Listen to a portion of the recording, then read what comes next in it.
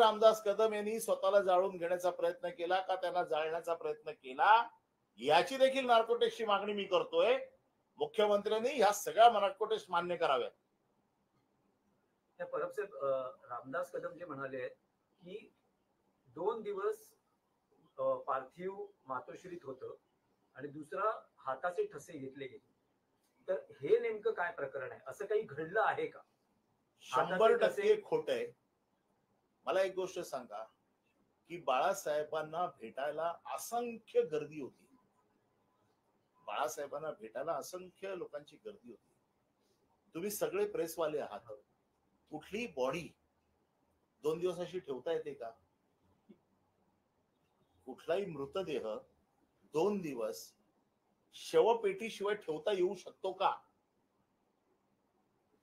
रामदास कदमचं अक्कल गुडघ्यात आहे. त्याला जे काय कोणी सांगितलंय ना, त्याने हे तरी विचार करायला पाहिजे होता किंवा रामदास कदम यांनी बोलताना विचार करायला पाहिजे होता, कुठलाही मृतदेह 2 दिवस शवागाराशिवाय किंवा शवपेटीशिवाय ठेवता येतो का?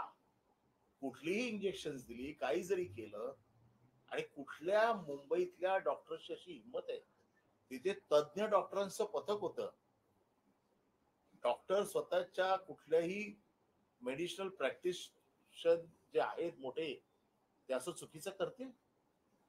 त्याची बॉडी ठेवू शकतात 2 दिवस?